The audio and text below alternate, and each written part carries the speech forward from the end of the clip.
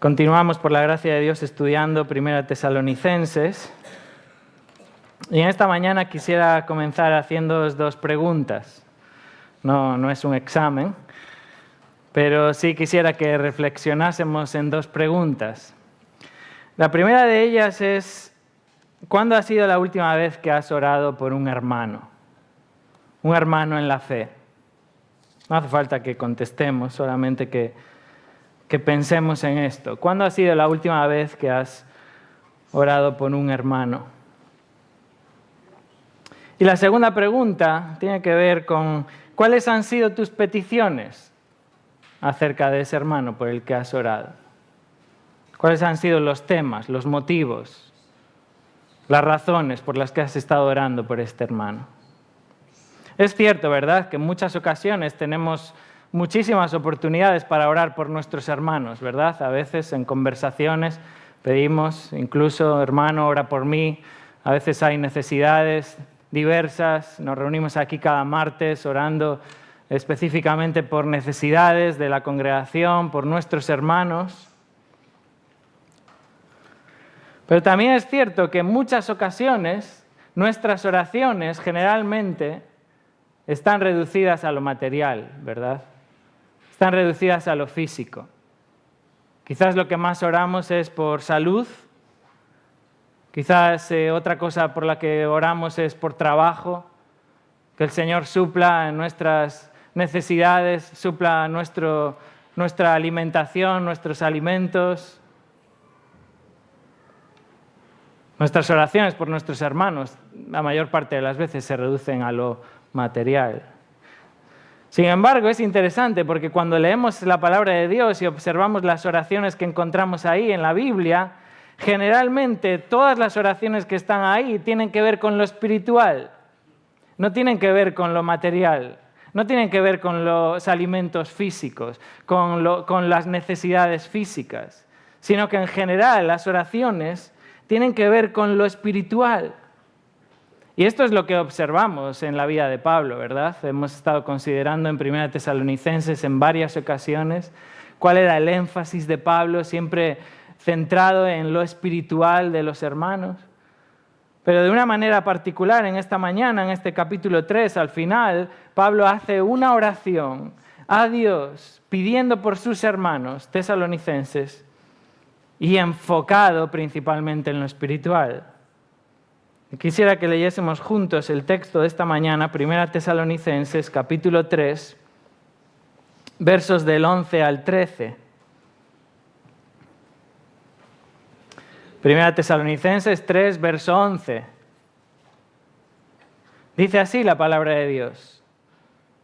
Mas el mismo Dios y Padre nuestro y nuestro Señor Jesucristo dirija nuestro camino a vosotros. Y el Señor os haga crecer y abundar en amor unos para con otros y para con todos, como también lo hacemos nosotros para con vosotros, para que sean afirmados vuestros corazones, irreprensibles en santidad, delante de Dios nuestro Padre, en la venida de nuestro Señor Jesucristo con todos sus santos. Este pasaje es como el punto y aparte de Pablo a lo largo de su carta. Podemos encontrar aquí la mitad de su carta. Pablo hace aquí un punto de inflexión. Es como si llegásemos al final de la primera gran sección de 1 Tesalonicenses. Estos primeros 3 capítulos, donde, si recordáis, en el primer capítulo Pablo está dando gracias a Dios por la salvación de los tesalonicenses, ¿verdad? Ahí en ese primer capítulo Pablo exalta a Dios, da gracias a Dios por el amor, por la fe, por la esperanza que estos creyentes están demostrando tener. Aún a pesar, hermanos, de la persecución, aún a pesar del sufrimiento que estos hermanos estaban pasando ahí en Tesalónica, Pablo se da cuenta de que su fe es una fe firme. Pablo reconoce ahí, vosotros habéis recibido el Evangelio, lo habéis recibido con poder en el Espíritu Santo. El Espíritu Santo ha regenerado vuestras vidas, os habéis convertido de los ídolos a Dios, mostrando así como la evidencia de un verdadero arrepentimiento en su vida y una verdadera fe en Cristo. Esta es la clave de una conversión genuina, ¿verdad? Lo estudiábamos ya hace algunos domingos. Una verdadera conversión necesita un verdadero arrepentimiento, arrepentirte de tus pecados, ese abandonar los ídolos, abandonar nuestro pecado para volvernos a Dios, para poner nuestra fe en Cristo, nuestra fe en Cristo. Y Pablo reconoce esto de los tesalonicenses. Ahora termina ahí el capítulo 1 diciendo, ahora vosotros estáis esperando la venida de Cristo. Y en el capítulo 2, si recordáis, Pablo está defendiendo su ministerio. Recordar un poco aquella situación, Pablo llega a Tesalónica, predica el Evangelio, rápidamente se forma una turba en la ciudad y empiezan a perseguir a Pablo, a Silas, a Timoteo, de manera que estos, de una manera rápida y abrupta, tienen que salir de la ciudad. Bueno, los creyentes siguen ahí, la iglesia ha sido establecida, están creciendo, pero Pablo ya no está. Pablo no sabe cómo están, no sabe la situación de ellos y empiezan a recibir persecución. Bueno, ¿dónde está Pablo? ¿Dónde está este que os predicó este evangelio? Esta nueva filosofía, decían ellos. Recordad aquel entorno de la mitología griega, de los filósofos, donde cada uno llegaba con una nueva idea, una nueva filosofía. Bueno, este es Pablo, sí, acaba de venir con una nueva idea, os ha embaucado y ahora habéis ido tras esta falsedad. Esa era la presión que estaban sufriendo los tesalonicenses. Y Pablo dedica este capítulo 2 para defender su ministerio, para defender qué es lo que él hizo cuando estuvo en Tesalónica. Y por eso encontramos una y otra vez como Pablo dice, vosotros sabéis, hermanos, vosotros ya sabéis esto. Sabéis cómo nos comportamos entre vosotros. Sabéis cómo fuimos entre vosotros. Que fuimos como una madre cuidándoos. Que fuimos como un padre exhortándoos, hablándoos con amor. Pablo está ahí hablando de su ministerio. Mi ministerio no fue aquí con palabras lisonjeras. Yo no traté de embaucaros con algo. Yo os prediqué el Evangelio. Pablo dice, yo predico el Evangelio de Cristo y yo no busco agradar a los hombres, yo busco agradar a Dios. Y llegamos allí al capítulo 2, verso 13, donde de alguna manera Pablo resume el ministerio en Tesalónica. Este es el resumen de lo que ha sucedido en Tesalónica. Yo prediqué el Evangelio y habéis sido transformados por el Evangelio. Lo encontramos ahí en el verso 13, capítulo 2, verso 13. Por lo cual también nosotros, sin cesar, damos gracias a Dios, de que cuando recibisteis la palabra de Dios que oísteis de nosotros, la recibisteis no como palabra de hombres, sino según es en verdad la palabra de Dios, la cual actúa en vosotros los creyentes, la palabra que transforma, la palabra que regenera, ¿verdad? Leíamos ahí en 1 de Pedro esa simiente incorruptible que regenera nuestras vidas por medio de la obra del Espíritu Santo. Y Pablo defiende aquí su ministerio y esto es lo que os ha sucedido en Tesalónica. Prediqué el Evangelio y habéis sido transformados por el Evangelio. Y luego siguen los versos 14 y 16. Estamos haciendo como un breve resumen para situarnos en esta primera sección. Pero la consecuencia de recibir el Evangelio, ¿cuál es? Felicidad, riqueza, tranquilidad. Ahora estaban ahí en Tesalónica, en las termas, disfrutando. Ahora estáis sufriendo. Ahora estáis padeciendo. Estáis padeciendo lo mismo que padecieron las iglesias de Judea por mano de los judíos. Os están persiguiendo, os están afligiendo. Esta es la vida de los tesalonicenses padeciendo persecución. Y en el capítulo 3 Pablo abre su corazón. Este es como si Pablo hiciera con un bisturí un corte, abriera su interior por completo, su corazón exponiéndolos a los hermanos. Yo tengo una gran preocupación por vosotros. He tenido que salir de la ciudad de una manera rápida. No sé qué está pasando en Tesalónica. Recordad que no existía teléfono, no existía internet ni todo esto. Las comunicaciones se hacían por medio de cartas, mensajeros que tardaban mucho tiempo, que no era fácil hacerlo. Y Pablo está intranquilo. ¿Dónde están estos creyentes? ¿Están firmes? ¿No lo están? Y leemos ahí en el primer verso del capítulo 3, por lo cual, no pudiendo soportarlo más, acordamos quedarnos solos en Atenas y enviamos a Timoteo. Esto después de algunos meses, que Pablo está intranquilo por saber qué está sucediendo con los tesalonicenses. Preocupado por la fe. ¿Recordáis cómo enfatizábamos esto en todo el capítulo 3? Pablo está centrado en la fe. ¿Cómo es vuestra fe? No está pensando, bueno, ¿cómo os van los negocios en Tesalónica? ¿Cómo os va la economía en Tesalónica? Pablo está, ¿cómo está vuestra fe? Está preocupado por la fe de los tesalonicenses.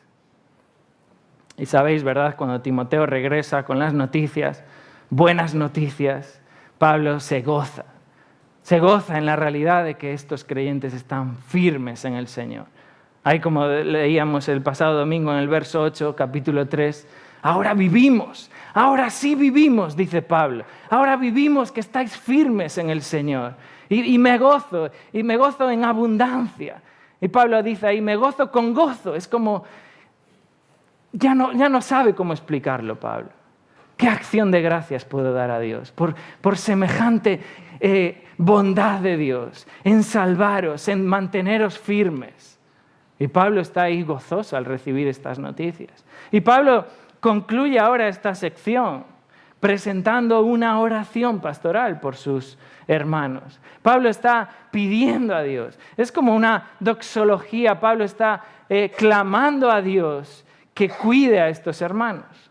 Y fijaros que Pablo pone su vista primero en el capítulo 1 en el pasado, acerca de qué sucedió en Tesalónica, cómo fue su ministerio en Tesalónica, qué está sucediendo ahora en Tesalónica mientras él está en Corinto, y ahora Pablo está poniendo la vista en el futuro. Sé que estáis firmes, pero ahora debemos de seguir adelante, anhelando la venida de Cristo, siendo santos, caminando en santidad, porque Cristo viene. Y Pablo está ahí en este punto y aparte de la carta, diciendo, habéis llegado hasta aquí por la gracia de Dios. Dios os ha salvado, Dios os ha redimido, Dios os ha mantenido firmes en Él.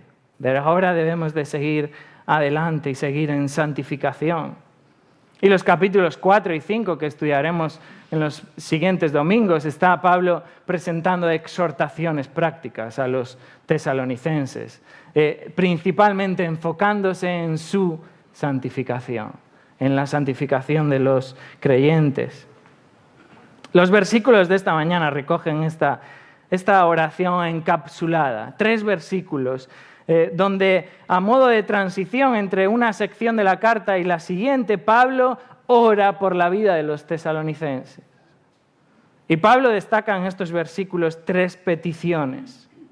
Pablo ora por 3 peticiones, que de alguna manera Pablo nos está enseñando cuáles son las 3 áreas de nuestra vida más importantes. Las 3 áreas que son clave en nuestra vida como creyentes. Estas son las 3 peticiones de Pablo. Así que en esta mañana quisiera que, al considerar estos versículos del 11 al 13, pudiésemos ver 3 aspectos clave de la vida cristiana, 3 aspectos vitales de nuestra vida cristiana, por los que Pablo está aquí orando, por los que nosotros también debemos orar por nuestros hermanos. 3 áreas vitales que debes de cuidar en tu vida cristiana. El primer aspecto por el que Pablo ora, la primera área de la vida cristiana por la que Pablo ora es la voluntad divina, la voluntad de Dios, buscar la voluntad de Dios. Fijaros en el verso 11, 1 Tesalonicenses 3:11. Mas el mismo Dios y Padre nuestro y nuestro Señor Jesucristo dirija nuestro camino a vosotros. El apóstol Pablo es un ejemplo, ¿verdad? En siempre buscar la dirección de Dios, siempre buscar la voluntad de Dios en nuestra vida. Él ora para que se cumpla la voluntad de Dios. Fijaros en primer lugar cómo empieza este versículo. El verso 11, fijaros que empieza con esta conjunción más, o podría ser pero el mismo Dios. Fijaros cómo Pablo está haciendo aquí un contraste. Fijaros en los versos anteriores. Pablo está orando a Dios. Verso 10. Pablo está expresando a Dios cuál es su deseo. ¿Cuál es el deseo, el anhelo de Pablo? Verso 10. Orando de noche, de día, con gran insistencia, para que veamos vuestro rostro. ¿Recordáis que Pablo intentó una y otra vez ir a Tesalónica? Satanás le estorbó, pero él no cesó en buscar una y otra vez la oportunidad. No pudiendo ir, envían a Timoteo. Timoteo ahora regresa. Hay buenas noticias, pero Pablo continúa en su anhelo de regresar a Tesalónica, de ver a los hermanos. Y fijaros cómo Pablo está aquí contrastando. Yo oro a Dios con insistencia. Yo oro a Dios constantemente. Yo oro a Dios de noche y de día. Pero el mismo Dios y Padre dirija nuestro camino. Yo procuro ir a veros. Yo anhelo ir a veros. Yo deseo, ese es mi anhelo. Pero aún mayor que mi anhelo, aún mayor que mi deseo, es que se cumpla la voluntad de Dios. Por encima de todo, Pablo desea hacer antes que todo la voluntad de Dios. Y Pablo reconoce que es el mismo Dios al que ofrece su acción de gracias en el verso 9, donde dice ahí, por lo cual, ¿qué acción de gracias podremos dar a Dios? Es este mismo Dios que va a dirigir su camino a Tesalónica. Por eso Pablo dice ahí, mas el mismo Dios. ¿Cómo oramos nosotros, hermanos?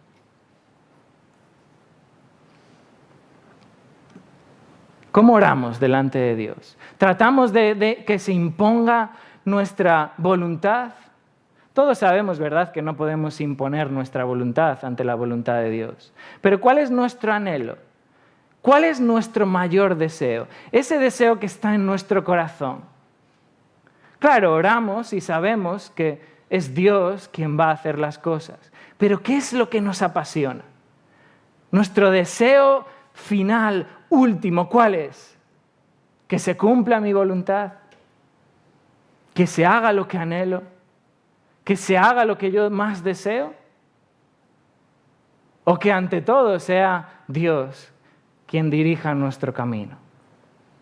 Porque eso quizás implica que no se va a cumplir tu deseo, que no se va a cumplir tu anhelo. Pero ante todo vamos a estar gozosos en que se cumple la voluntad de Dios. Este es el ejemplo de Pablo. Pablo está orando por la voluntad de Dios. Notar que Pablo identifica aquí a Dios como nuestro Padre. Es interesante cómo Pablo se dirige una y otra vez a los tesalonicenses como hermanos, amados. Hay muchas referencias a lo largo de Primera Tesalonicenses donde les llama hermanos. Vosotros sois mis hermanos. Somos miembros de la misma familia de Dios y Dios es nuestro Padre. Él es nuestro Padre. Y Pablo añade aún más diciendo nuestro Señor Jesucristo. Fijaros cómo Pablo dice, no solamente Él es vuestro Señor, Él también es nuestro Señor. Vosotros estáis firmes en el Señor, ¿verdad? Verso 8. Vosotros estáis firmes en el Señor, en vuestro Señor. Ese también es nuestro Señor. Pablo una y otra vez está en esta relación mutua. El domingo pasado enfatizábamos esto, ¿verdad? Como Pablo y una y otra vez juega con ese vosotros, nosotros. Pablo está en el mismo barco que los tesalonicenses. La misma vida cristiana, el mismo Dios, el mismo Padre, el mismo Señor. Y fijaros que Pablo llama a Jesús Señor. Esto para nosotros puede resultar como algo obvio, ¿verdad? Leemos la Biblia continuamente, hablamos del Señor Jesús. Pero para aquel entonces, para aquel primer siglo, llamar a alguien Señor era una deshonra ante el Imperio Romano. el único Señor que existía y que se proclamaba era César. Él era el Señor. Cuando leemos, por ejemplo, Filipenses, esta ciudad de Filipos, una colonia romana que se regocijaban en su ciudadanía romana, Pablo les exhorta precisamente a que su Señor es Jesucristo. Él es nuestro Señor. Filipenses 2, ¿verdad? ¿Recordáis cómo esa poesía hablando de la humillación de Cristo, cómo Él siendo en forma de Dios se humilló y cómo finalmente Dios le exaltó y le dio un nombre que es sobre todo nombre para que todo el mundo proclame que Jesucristo es el Señor? Esto para los filipenses era chocante. Y esto implicaba sin duda persecución, y para Tesalónica no era muy diferente. Y Pablo dice, este es nuestro Señor Jesucristo. ¿Recordáis cómo les habían perseguido en Tesalónica los judíos? Allí Lucas nos lo relata en Hechos 17, que buscando a Pablo no los hallaron, trajeron a Jasón y a algunos hermanos ante las autoridades, persiguiéndolos, gritando: estos que trastornan el mundo entero también han venido acá. Y a los cuales Jasón ha recibido, y fijaros cómo dice aquí, y todos contravienen los decretos de César. ¿Por qué? Porque dicen que hay otro rey, Jesús. Y Pablo les está aquí recordando, nuestro Señor es el Señor Jesucristo. Él es nuestro Señor. Y es interesante cómo en este pasaje, 1 Tesalonicenses 3:11, cómo estas ambas expresiones, hablando de Dios como nuestro Padre y hablando de el Señor Jesucristo, de nuestro Señor Jesucristo, están mostrando quién era la autoridad. ¿Quién era la autoridad de Pablo en su ministerio? ¿Quién era realmente el que iba a permitir a Pablo mover un pie? Este era el Señor. Él es el Dios, Él es Dios, Él es nuestro Padre, Él es nuestro Señor, Él es quien gobierna, Él es quien dirige nuestro camino. Y Pablo está aquí sometiéndose a su voluntad. Pablo desea sobre todas las cosas hacer la voluntad de Dios. Pablo aquí se está sometiendo a la dirección de Dios. Y este verbo dirigir, ahí en el verso 11, más el mismo Dios y Padre nuestro y nuestro Señor Jesucristo dirija. Se refiere a encaminar, que sea Él quien encamine nuestros pasos, que sea Él quien guíe nuestros pasos. Pablo pide a Dios que Él sea realmente quien le guíe.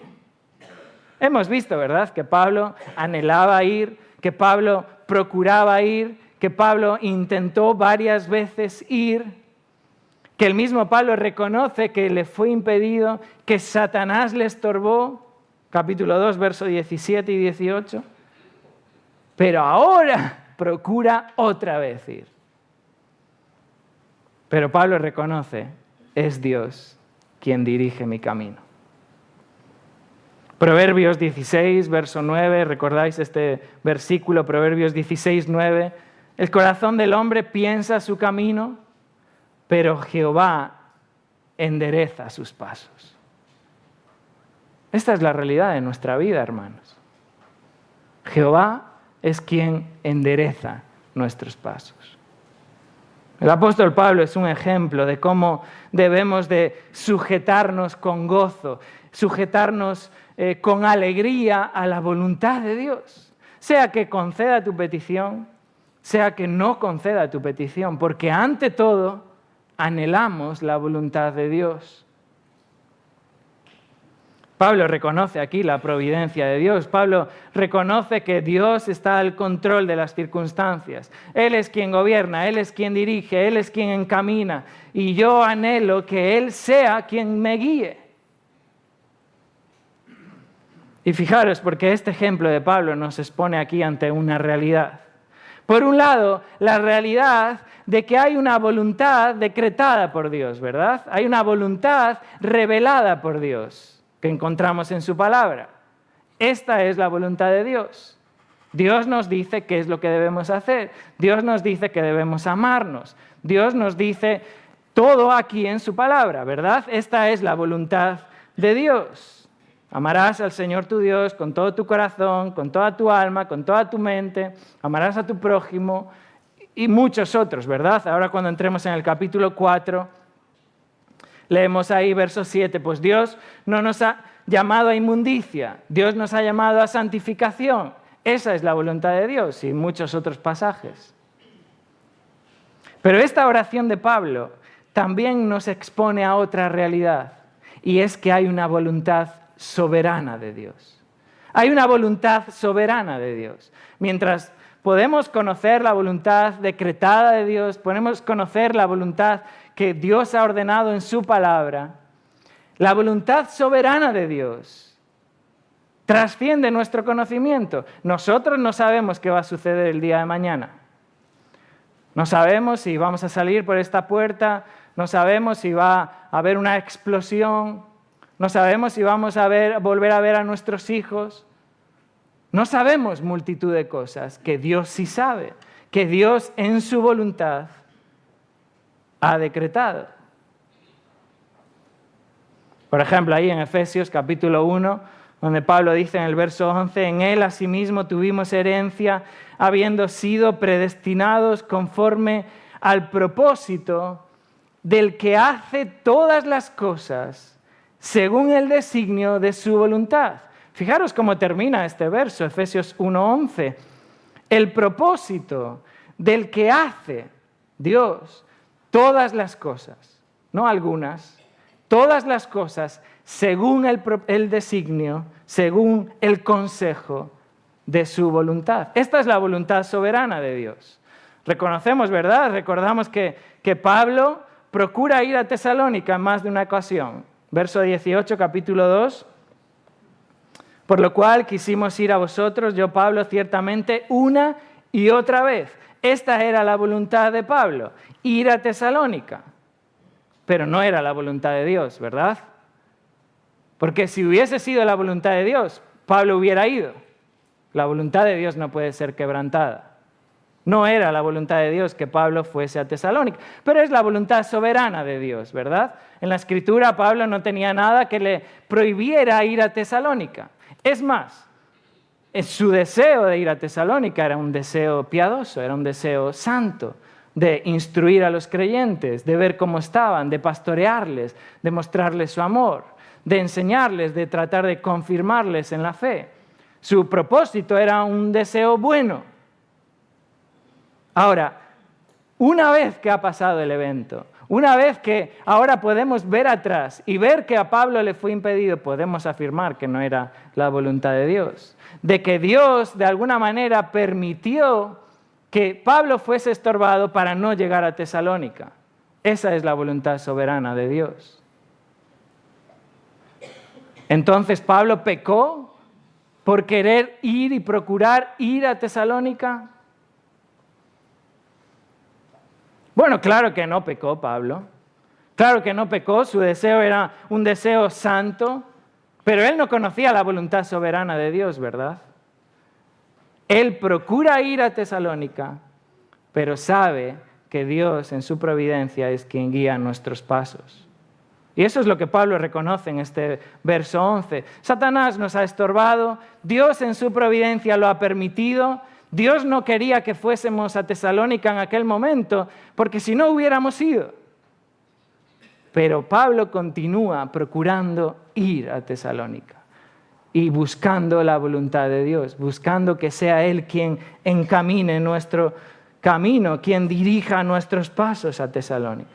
Pablo anhela ir, Pablo procura ir otra vez, pero no se olvida de que es Dios quien en su voluntad soberana va a guiar nuestro camino. Es de esta misma manera, hermanos, que debemos de caminar en la vida cristiana. Es evidente, leemos la Escritura, tenemos la voluntad de Dios revelada en su palabra, debemos obedecer lo revelado por Dios en su palabra. Pero ¿cuántas otras cosas hay en nuestra vida, verdad? Que Dios no ha revelado en su palabra. Debo tener este trabajo o no? ¿Debo moverme a esta otra ciudad o no? ¿Debo casarme con esta persona o no? ¿Debo estudiar esta carrera o debo estudiar esta otra? No encontramos ningún versículo en la Biblia, ¿verdad?, que nos hable de eso. Encontramos principios en la Escritura que nos hablan de vivir en santificación, de buscar lo que ayude a nuestro crecimiento, ¿verdad?, espiritual. Y eso va un poco a condicionar nuestras decisiones. Pero en igualdad de condiciones, hermanos, damos pasos y es Dios quien en su providencia cierra puertas, abre puertas y nos encamina, ¿verdad? Esta es la experiencia de nuestras vidas. Pero en esa experiencia debemos de someternos siempre a la voluntad de Dios. Eso es lo que muestra Pablo en este verso 11, mostrando su sumisión plena a la voluntad de Dios.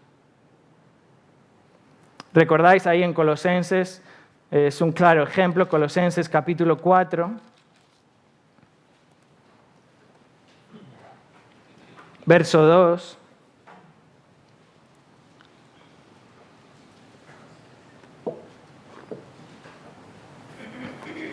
Colosenses 4:2, Pablo dice: perseverad en la oración, velando en ella con acción de gracias, orando también al mismo tiempo por nosotros. ¿Para qué? Para que el Señor nos abra puerta para la palabra, a fin de dar a conocer el misterio de Cristo, por el cual también estoy preso. ¿Cuál es la voluntad de Dios? ¿Es la voluntad de Dios proclamar la palabra? Amén, ¿verdad? Sí, es la voluntad de Dios. Es la voluntad de Dios dar a conocer el misterio de Cristo, proclamar el Evangelio. Amén. Ahora, pero Pablo ora pidiendo, ese es su deseo, ese es su anhelo, pero sabe que ante todo es Dios quien encamina nuestros pasos. Y Pablo se somete a esa voluntad de Dios. La voluntad decretada de Dios es proclamar el Evangelio. La voluntad soberana de Dios es que quizás esa puerta donde tú quieres proclamar el Evangelio se va a cerrar. Y solo lo vas a saber en el momento en que se cierra. Yo recuerdo que cuando el Señor empezó a obrar en mi vida y a llamarme para el ministerio, uno de mis mayores anhelos era leer en algún sitio: David, dedícate al ministerio a pleno tiempo. De alguna forma yo estaba tratando de que fuera tan claro en mi vida, de que Dios me lo revelara de alguna manera así.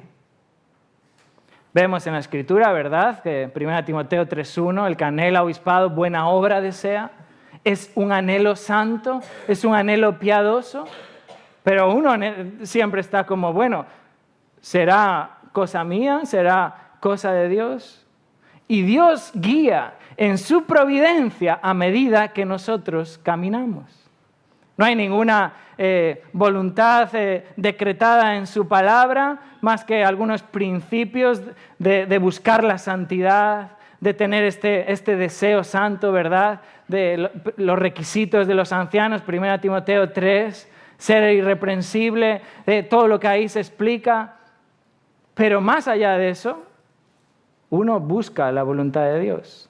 Vosotros seguramente tenéis muchos otros ejemplos en los cuales os habéis encontrado en esa situación de buscar la voluntad de Dios. Y es a medida que damos pasos que el Señor encamina nuestros pasos. Y el Señor cierra esta puerta y el Señor abre esta otra puerta y encamina nuestros pasos a medida que nosotros procuramos.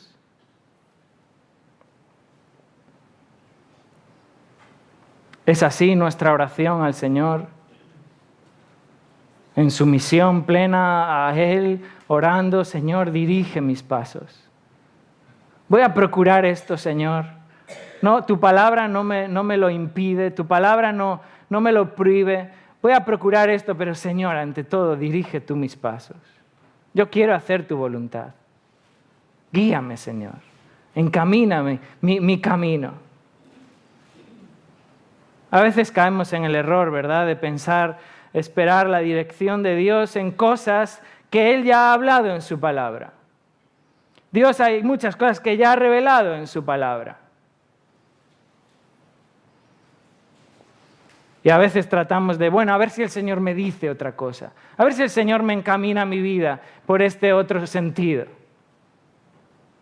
Dios ya lo ha revelado en su palabra. Debemos obedecer su palabra. Ese es el primer paso en buscar la voluntad de Dios, obedecer la palabra de Dios. A veces caemos en el otro error, en pensar que Dios, como me sucedía a mí, Dios se va a revelar de una manera sobrenatural, quizás escribiendo en el cielo, quizás escribiendo una nota, y Dios nunca va a hacer eso.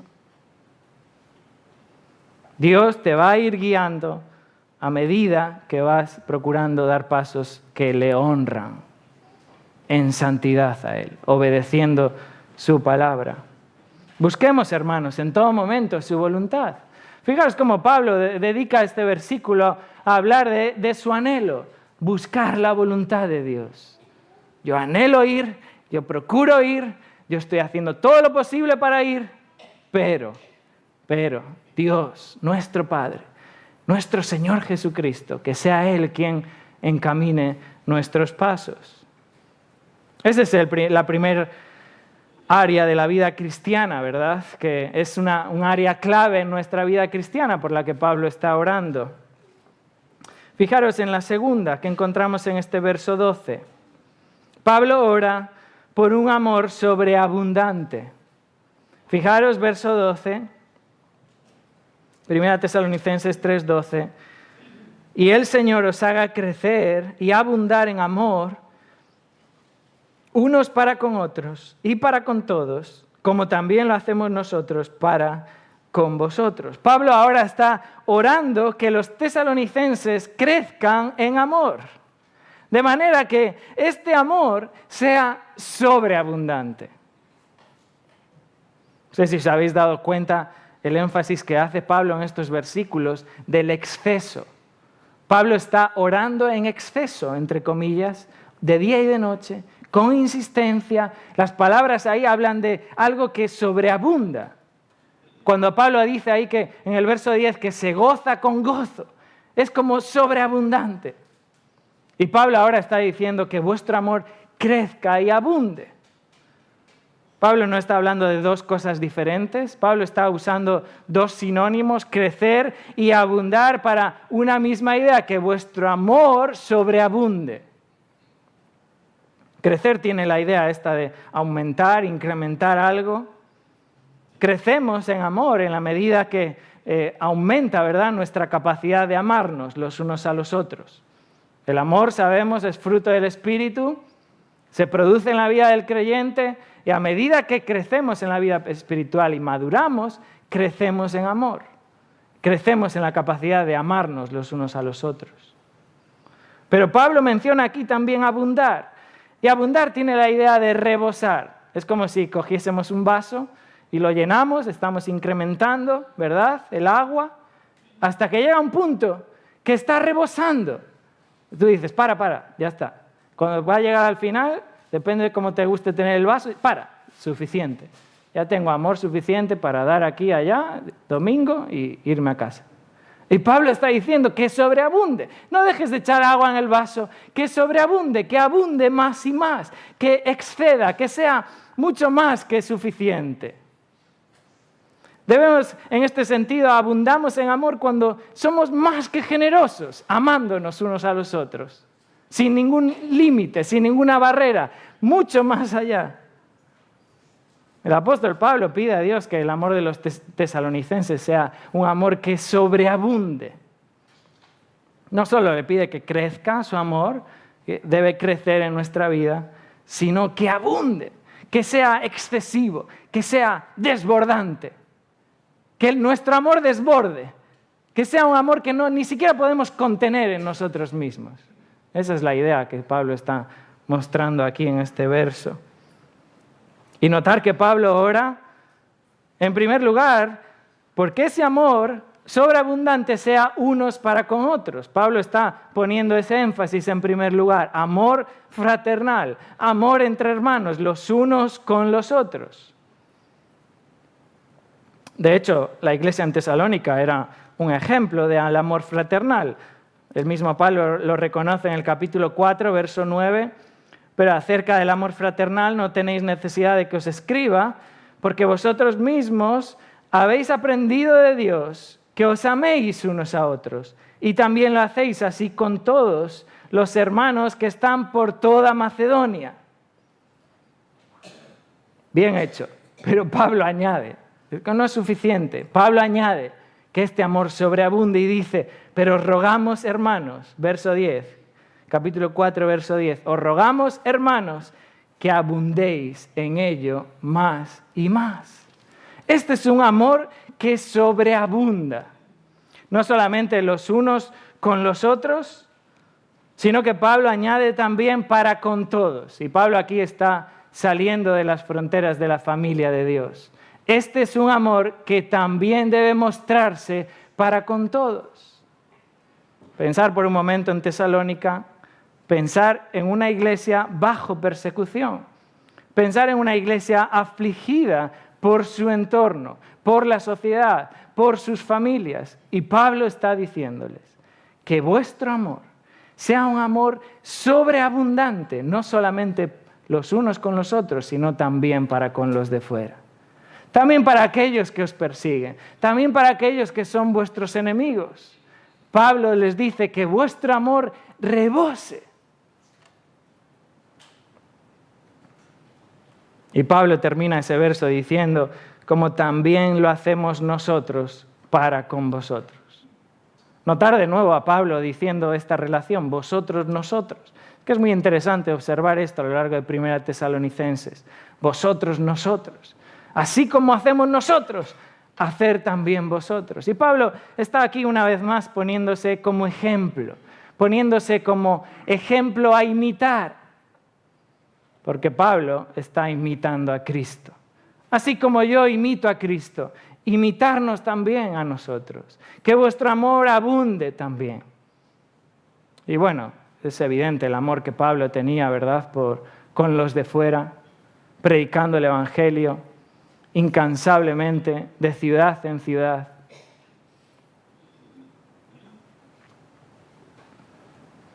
¿Cómo estás amando a tus hermanos? ¿Cómo estamos amándonos los unos a los otros? ¿Es un amor justo? ¿Es un amor ahí en su medida? Tú me das, yo te doy. Tú me muestras, yo te muestro. ¿O es tu amor un amor que sobreabunda? Es un amor que rebosa. Es un amor incansable. Es un amor incontenible. Ni siquiera lo puedes dominar. Rebosas de amor. Evidentemente, porque nuestra fuente de amor es Cristo, ¿verdad? Este es el amor del que Pablo habla aquí. Este es el amor por el que Pablo está orando por los tesalonicenses. Este es un área de la vida importante, de la vida cristiana, el amor fraternal. Esta es una clave de la vida cristiana. Pablo no solamente ora pidiendo que la voluntad de Dios sea hecha en sus vidas. Pablo ora que vuestro amor abunde más y más, más y más. Y es interesante cómo Pablo relaciona este amor, la abundancia, la sobreabundancia de este amor, directamente relacionada con la santidad. Fijaros cómo continúa el verso 13. Verso 12, el Señor os haga crecer y abundar en amor unos para con otros y para con todos, como también lo hacemos nosotros para con vosotros. ¿Para qué? Para que sean afirmados vuestros corazones irreprensibles en santidad. Fijaros la relación del amor fraternal con nuestra propia santidad, con nuestra santificación. Este es el tercer área de la vida cristiana, el tercer área clave por el que Pablo ora aquí. Pablo ora por voluntad divina, voluntad de Dios. Pablo ora por un amor que sobreabunde. Y Pablo está aquí finalmente orando por santidad, una santidad firme, por santificación. Y lo vamos a ir estudiando en el capítulo 4 y capítulo 5, cómo constantemente Pablo está exhortando a estos creyentes que estaban firmes en el Señor a que crezcan en santidad. Santidad firme, este es el tercer aspecto por el que Pablo ora. Y Pablo continúa su oración pidiendo a Dios que este amor que sobreabunda produzca en ellos firmeza de santidad, sean verdaderamente santos. El verbo afirmar que se emplea aquí en este verso 13 para que sean afirmados vuestros corazones. Ya Pablo lo empleó también en el verso 2, capítulo 3, verso 2. Enviamos a Timoteo, nuestro hermano, servidor de Dios y colaborador nuestro en el Evangelio de Cristo, para confirmaros, mismo verbo, para afirmaros. Tiene la idea de fortalecer, tiene la idea de apuntalar, como apuntalar algo para que verdaderamente esté firme, esté bien anclado, sea algo que está ahí estable. Hacer firme algo para que no se mueva, para que no se tambalee. Esta es la idea aquí, para que vuestros corazones sean afirmados. Es muy interesante ver que Pablo habla del corazón. Pablo aquí no está hablando ahora de la fe. Pablo está poniendo el énfasis en la santificación y hablando del corazón. Que vuestro corazón esté bien apuntalado, bien afirmado, bien estable. Y el corazón se refiere, sin duda, a todo lo que está en nuestro interior. El corazón es el centro de operaciones de nuestro interior. Es el origen de nuestros pensamientos. El corazón es el origen de nuestros sentimientos. El corazón es el origen de nuestra voluntad, de nuestras pasiones, de lo que realmente nos motiva, de lo que realmente nos mueve o lo que realmente nos apasiona. El corazón es de donde salen nuestras palabras, es de donde salen nuestras actitudes. De nuestro corazón salen nuestras acciones, ¿verdad? Y Pablo está aquí apuntando a la santidad. Dice que vuestros corazones sean afirmados. Es en el corazón donde se toman esas decisiones que tienen que ver con nuestra obediencia a Dios. Es en el corazón, ¿verdad?, donde realmente están nuestras intenciones, nuestras motivaciones. ¿Recordáis Hebreos capítulo 4? Allí verso 12. Porque la palabra de Dios es viva y eficaz y más cortante que toda espada de dos filos, y penetra hasta partir el alma y el espíritu, las coyunturas, los tuétanos, y discierne los pensamientos y las intenciones de nuestro corazón. Es en el corazón donde germina todo en nuestra vida. Es el corazón quien gobierna nuestras actitudes internas. A veces ni siquiera lo decimos, pero está en nuestro corazón. Y Pablo está ahí poniendo el foco de atención en el corazón. El corazón es el centro de operaciones de nuestra vida, hermanos. Y Pablo reconoce que estar firmes en nuestro corazón nos va a llevar a vivir en santidad. Que vuestros corazones sean afirmados. Fijaros, mira, podemos cambiar nuestro comportamiento exterior, pero permanecer con nuestro corazón malo. Podemos cambiar nuestra conducta. Podemos cambiar la conducta de nuestros hijos. Hoy en día hay diferentes métodos, técnicas, que podemos llegar a cambiar la conducta de nuestros hijos, pero ignorar su corazón. Y Pablo está apuntando al corazón. Es del corazón de donde proviene todo. Es en el corazón donde debemos enfocar nuestras vidas. Podemos cambiar momentáneamente el comportamiento externo, podemos amoldar nuestra conducta, pero todavía dejar el pecado en nuestro corazón. Y Pablo dice, si queréis vivir irreprensibles, si queréis vivir en santidad, en ese día glorioso de Cristo, que Cristo viene, que vuestros corazones sean afirmados, estén bien apuntalados. Se trata de nuestro corazón, no se trata de nuestro comportamiento.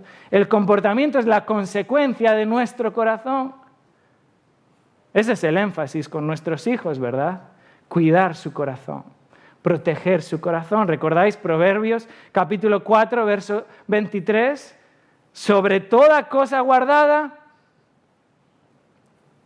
guarda tu corazón, porque de él mana la vida. El corazón es de donde proviene todo. Este debe ser el foco de atención. ¿Recordáis Jeremías 17:9? Engañoso es el corazón más que todas las cosas, es perverso. ¿Quién conocerá nuestro corazón? ¿Tú crees que conoces tu corazón? Jeremías dice, ¿quién conocerá? Y allí dice, verso 10, yo Jehová, que escudriño la mente, que pruebo el corazón. O el mismo Señor Jesús en Marcos 7, verso 20, cuando les dice ahí, de dentro del corazón de los hombres es de donde salen los malos pensamientos. Fijaros todo lo que sale de nuestro corazón. No sé si alguna vez habéis leído este pasaje. Marcos 7, 20, los malos pensamientos, los adulterios, las fornicaciones, los homicidios, los hurtos, las avaricias, las maldades, el engaño, la lascivia, la envidia, la maledicencia, la soberbia, la insensatez. Todas estas cosas de dentro salen y contaminan el hombre. El foco de atención es nuestro corazón, hermanos. Es en nuestro corazón donde se germina todo, nuestros pensamientos, nuestras intenciones. Por eso ahí en Hebreos 4:12 que lo leímos, la palabra de Dios, que es viva y eficaz, es la que puede penetrar, es la que puede discernir nuestras intenciones y motivaciones de nuestro corazón. Y por eso, hermanos, debemos de estar expuestos a la palabra de Dios. Porque nuestro corazón, ¿quién lo conocerá? Yo Jehová, dice el Señor. Yo Jehová que escudriño la mente mediante la palabra de Dios. Por eso debemos de estar expuestos a la palabra de Dios, hermanos. Para que nuestro corazón sea bien afirmado, sea bien apuntalado. Salmo 139, verso 23. El salmista dice, examíname, oh Dios, y conoce mi corazón. No sé si alguna vez has hecho esta oración a Dios. Examíname, oh Dios. Conoce mi corazón, pruébame. Conoce mis pensamientos. Mira si en mí hay camino de perversidad. Y guíame en el camino eterno. Es nuestro corazón, hermanos, donde debemos de poner nuestra atención. ¿Cómo está tu corazón? ¿Está bien afirmado, está bien apuntalado en la palabra de Dios, bien firme, bien seguro? ¿O estás tambaleando? Nuestros corazones deben estar firmes, deben estar afirmados, apuntalados, fortalecidos para no tambalear en la vida. Y de ahí es de donde Pablo añade irreprensibles en santidad. Corazones bien afirmados que conducen a la santidad. Pablo dice ahí irreprensibles, intachables, sin reproche, viviendo vidas piadosas, vidas santas, vidas que quieren honrar a Dios, que buscan honrarle a Él, como este resultado del amor sobreabundante. Un amor que excede en nuestra vida, fruto del Espíritu Santo. Tal como Pablo es Dios es quien está obrando en toda nuestra vida, proveyéndonos este amor, creciendo en este amor y ahora formándonos, apuntalando nuestro corazón con su palabra para que vivamos en santidad. Y Pablo añade ahí, irreprensibles en santidad, con el propósito de presentarse delante de Dios. Otra vez de nuevo Pablo, delante de Dios. Si tenéis tiempo en vuestras casas, podéis hacer este ejercicio de señalar en vuestras Biblias esta frase, delante de Dios. Pablo está constantemente poniendo a Dios. Estamos delante de Dios. Yo os amo y Dios es testigo. Yo lo que digo, lo digo delante de Dios. Y vamos a presentarnos delante de Dios.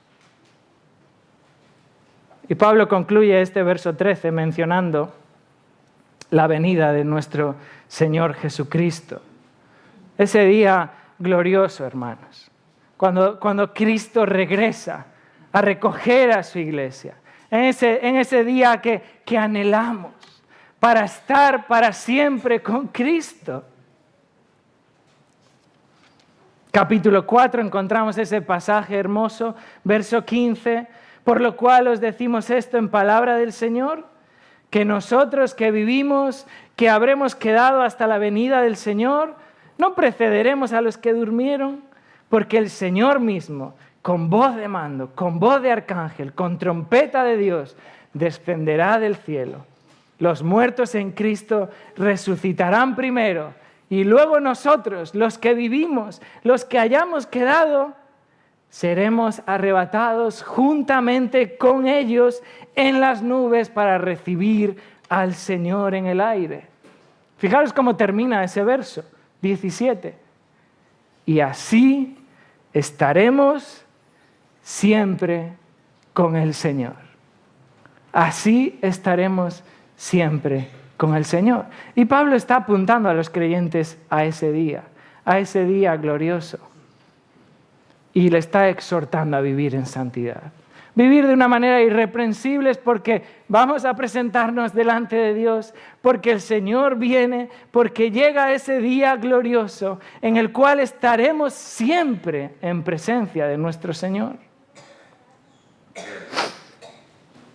Y la frase con todos sus santos es una referencia a los creyentes santificados por Dios.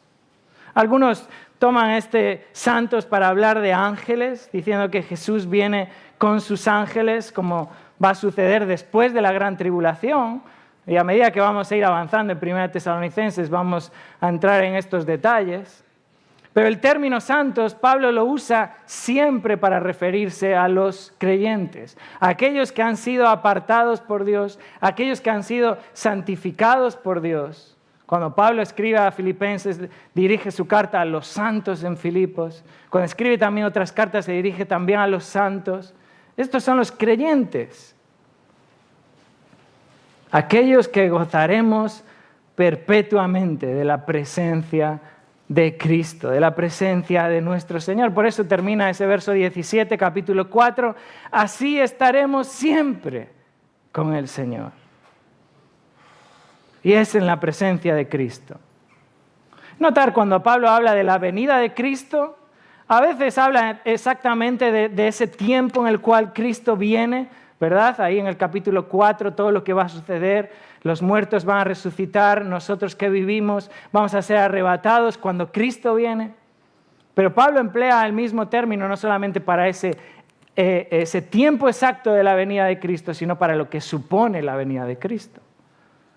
Lo que supone la venida de Cristo es que estaremos siempre con nuestro Señor. Y por eso Pablo aquí está diciendo, irreprensibles en santidad delante de Dios, porque en ese día glorioso de su venida, estaremos siempre en presencia de nuestro Señor. Y ese es el anhelo, esa es la motivación a vivir en esta vida, a anhelar vivir en santidad. Este es el anhelo del apóstol Pablo, hermanos. Una y otra vez, que los tesalonicenses sean guardados e irreprensibles. Fijaros cómo termina capítulo 5, verso 23. Pablo termina esta carta diciendo, y el mismo Dios de paz os santifique por completo, y todo vuestro ser, espíritu, alma y cuerpo, sea guardado irreprensible para la venida de nuestro Señor Jesucristo. Este es el anhelo de Pablo.